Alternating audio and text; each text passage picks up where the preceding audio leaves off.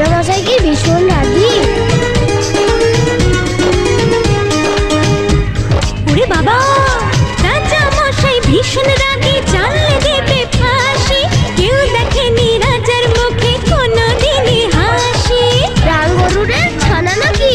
কেমন করে রাজার কুমার বলবে ডেকে তাকে, রাজা মশাই ভালোবাসি আমি তোমার মেয়েকে। তাহলে তো ভীষণ বিপদ। এখন কি করে বলে সে আসল কথা, ভেবে ভেবে রাজকুমারীর মনে ব্যথা। এক যে ছিল রাজার কুমার।